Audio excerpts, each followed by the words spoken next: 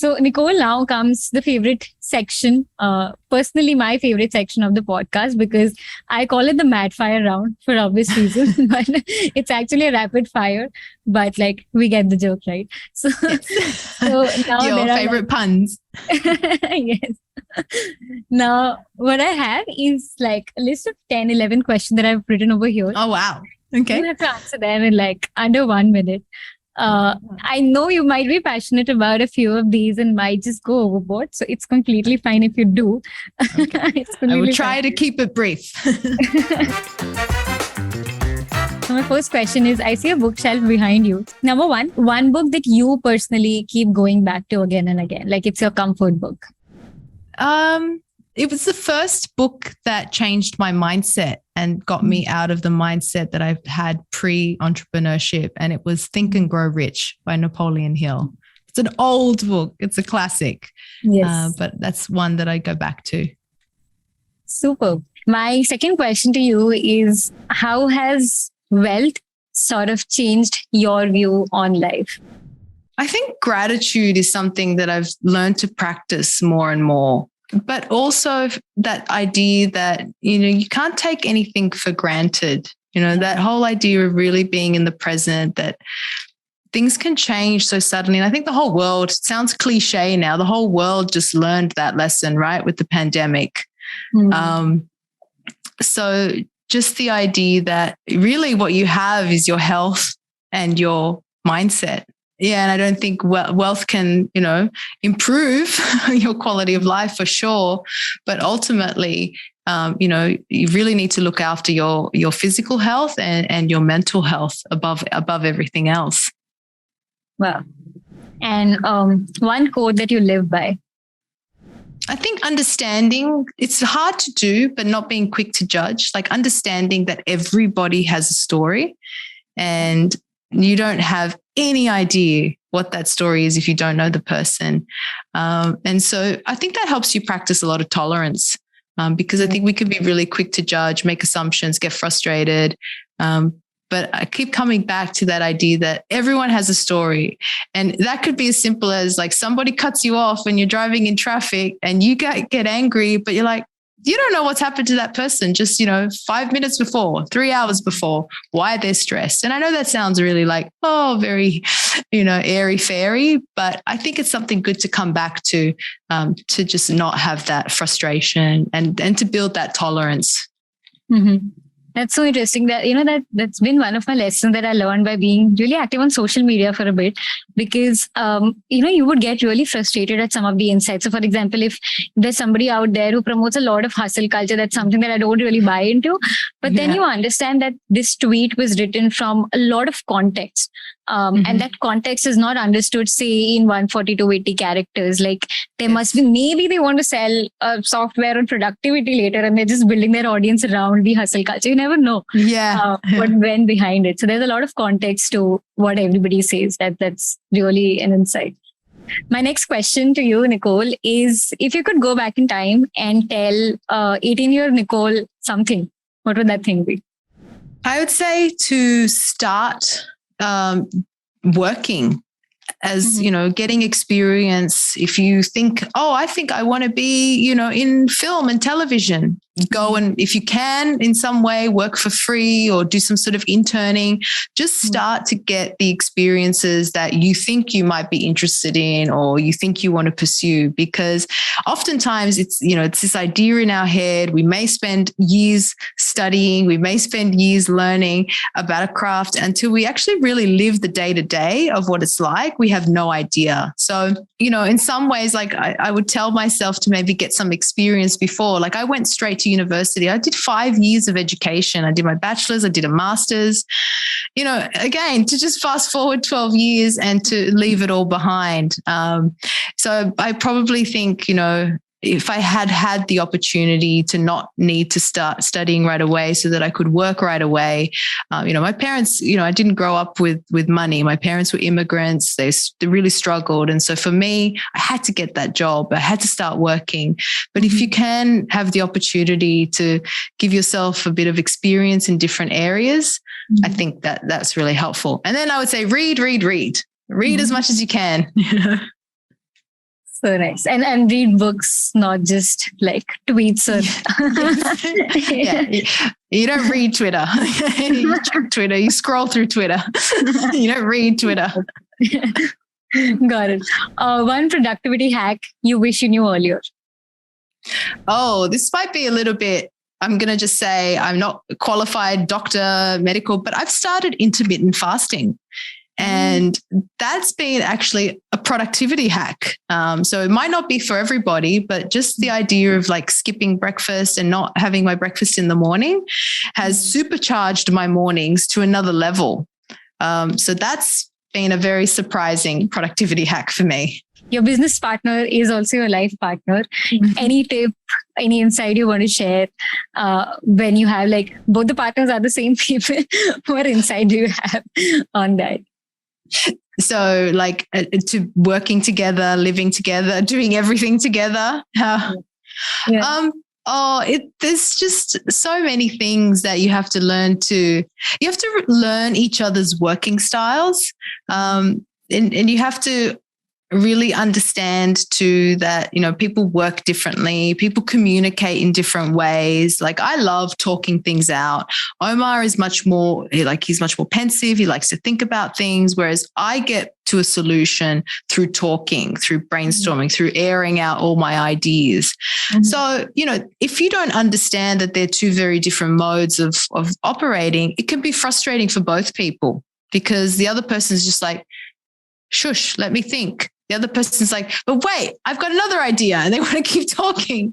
And so you have to, not let it get to the point where that frustration turns into an argument. You have to just recognize, oh, there's some frustration here. Let's try and understand what's frustrating us right now.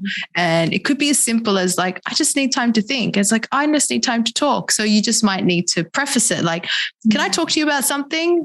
Yeah, and just schedule a talk, schedule a meeting, so to speak, whatever works for you. But I think it's really important that you understand how the other person works so that you can really optimize, your communication and you're growing your business together without those frustrations that can just be really resolved very quickly if you just talk about it and understand like what's causing possibly a frustration.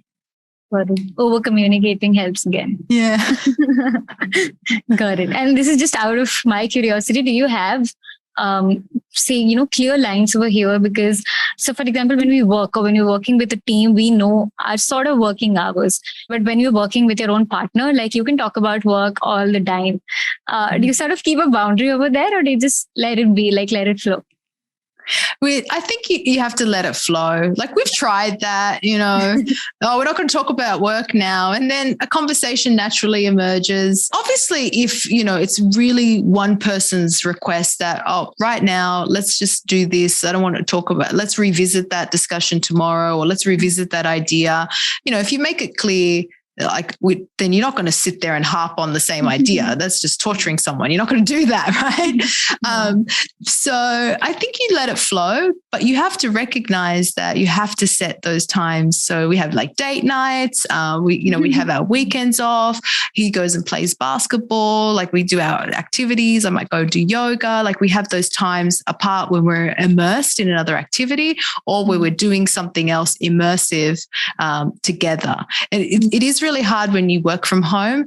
You do have to remove yourself in order to get out of the routine and the habits of the conversations you might have about work, or falling into those patterns. So that's why it's good to go away, to have those breaks and to actually go somewhere in a different place so you can start to have different conversations that day and have different experiences to talk about.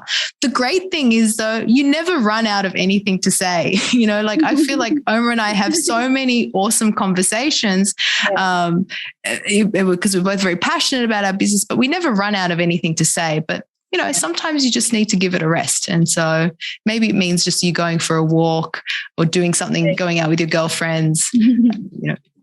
Got it. Also, I think it's not like you've already been there in a profession where you wanted to shut it off. But now when you actually like what you're doing, it sort of naturally seeps into like even date night conversations. It does. Got it. What is one life philosophy that, you live by. And this one is not really a borrowed philosophy, but you sort of came up with it from your own experience. I do believe that you have to take risks in order to have, like big risks give you the best opportunity for a big life, and really stepping out of your comfort zone, doing the things that are a bit scary, that are a bit uncomfortable. I think you're only going to have that reward and that meaning when you do those, when you do step out of your comfort zone, or when you do take risks, challenge yourself. And I really believe, like, just in that lifelong learning, like, I know a lot of people might say the same thing, but I feel like I'm constantly learning, and I really enjoy the process. And I almost feel like I can feel my brain making new connections, and it's really exciting. It's really weird, but you can actually feel it happening. Like, oh, I see something and understand something that I didn't before. That's pretty cool. I could be wrong about whatever my understanding is, and I'm prepared to change it and, and understand and evolve from it. But it's pretty cool to be able to be self-aware when you're actively learning and you're actively trying to, develop your mind. Right. What I love about it's not superficial. Like, this is something you've actually experienced, and it has worked for you. It is working for you. So we will assume that it's absolutely right and it works for I Okay. If you had, now this is a little interviewish question, but I really love it. If you had to explain a new concept in like under 1 minute, what would that concept be? And if you can explain to us right now. I recently heard a great talk here in Australia at an event that I was at, where this guy shared the idea that success is mostly determined not by like intelligence and skills. I mean, those things are definitely contributors, but it's often like two people who can have the same intellect will have different results if they don't optimize their productivity or their state of mind. And, you can go from a very negative state of mind easily if something bad's happened, if you're stressed, if you're dwelling too much on a problem. And so the idea of this talk was, if you can try and get yourself into an optimal state of mind and optimal productivity, that's going to really determine the successful outcome of whatever you're trying to do, more so than, oh, I'm smart, or I'm talented, or I've got these gifts, or I'm intelligent. It's more that state of mind and productivity that are really key to success. Was that a minute? Or did we go over a minute? We can do it. Cool. Last couple of questions. One awesome thing about Sydney that you want to tell anybody who's not visited it yet. Oh, I love Sydney. It's funny because I left for 12 years thinking the world is so much more interesting. And I think the world is interesting and everywhere is amazing. And no place is perfect either. That's the one thing I learned from traveling. I love Sydney's a very pretty city. It's very beautiful. We have a lot of water, a lot of harbour. It's very green.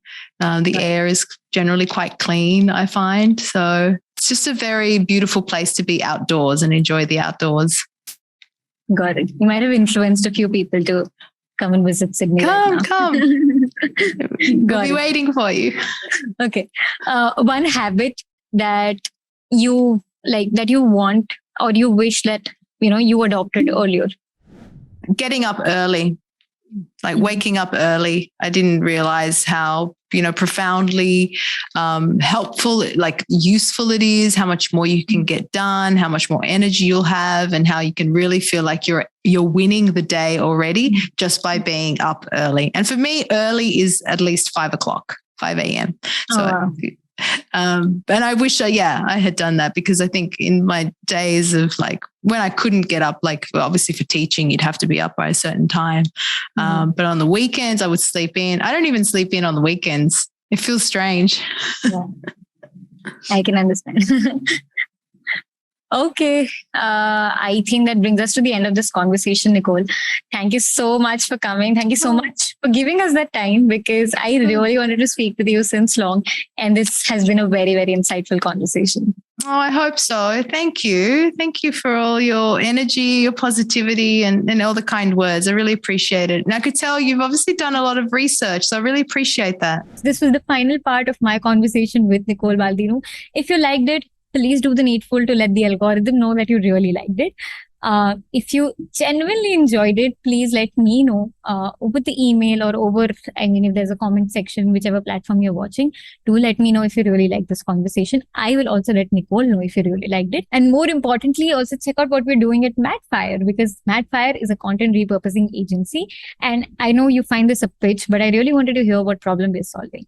So if you have a long form content, or if you know somebody who has a long form content, which is basically a 10-minute to 1 hour to 2 hour long videos, or even long blogs, we help them repurpose it, which basically means that now your content will not be restricted to just one platform. We can trim it into short videos. We can make graphics out of it. We can make blogs out of it or tweets out of it. And this will help your content go to different platforms and different audiences. So do check out what we're doing at Madfire. If you think it's something that's right for you, do sign up. I'll have a chat with you personally. And if you think you're not the right fit, but you know somebody who's the right fit, to let them know. Tell them a little birdie told you about this really cool content repurposing agency. Thank you for listening till the end, because I know it's really tough to listen to the end. You could have cut off 5 minutes earlier, but you're still here. Thank you so much for that.